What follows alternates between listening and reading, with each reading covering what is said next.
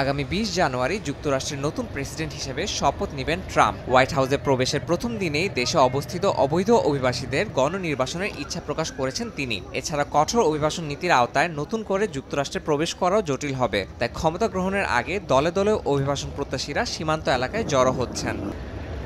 বুধবার মেক্সিকোর চিয়াপাসের তাপাচুলা অঞ্চল থেকে প্রায় ২৫০ জন অভিবাসন প্রত্যাশী মেক্সিকোর উদ্দেশ্যে সীমান্ত অঞ্চলে রওনা দেন। মেক্সিকান সরকারের উদ্যোগে পরিচালিত বাসগুলোতে করে যুক্তরাষ্ট্রের কাস্টমস অ্যান্ড বর্ডার প্রোটেকশন বা সিবিপি অ্যাপে অনুমোদনপ্রাপ্ত অভিবাসন প্রত্যাশীরা সীমান্ত পয়েন্টে পৌঁছান। সিবিপি ওয়ান অ্যাপটি আশ্রয় প্রার্থীদের জন্য সীমান্তে পৌঁছানোর আগে আবেদন করার সুযোগ তৈরি করে দেয়। অ্যাপের মাধ্যমে সময় নির্ধারণ করা গেলেও তা যুক্তরাষ্ট্রে প্রবেশ নিশ্চিত করে না। তবুও এই অ্যাপ ব্যবহারকে বৈধভাবে প্রবেশের সর্বোত্তম উপায় হিসেবে মনে করছেন তারা।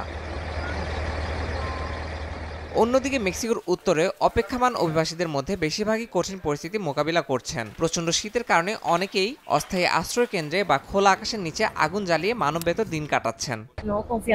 আমরা এখানে জুয়ারেজে যুক্তরাষ্ট্রে প্রবেশের মুহূর্তটির জন্য অপেক্ষা করছি। আমরা এমন ঠান্ডা জায়গায় কখনোই ছিলাম না, কিন্তু আমরা ঈশ্বরের আশীর্বাদে আমাদের গন্তব্যে পৌঁছাতে সর্বোচ্চ চেষ্টা চালিয়ে যাচ্ছি। ট্রাম্পের কঠোর অভিবাসন নীতি কার্যকর হওয়ার আগে এই প্রবেশ প্রক্রিয়া সম্পূর্ণ করা যাবে কিনা তা নিয়ে অভিবাসীদের মধ্যে অনিশ্চয়তা বিরাজ করছে। যুক্তরাষ্ট্রে আশ্রয়ের স্বপ্ন পূরণের জন্য শেষ মুহূর্তের এই প্রচেষ্টা অনেকের জন্য জীবন মরণের লড়াইয়ে পরিণত হয়েছে। ইয়াসিন মোহাম্মদ জিসান, সময় সংবাদ।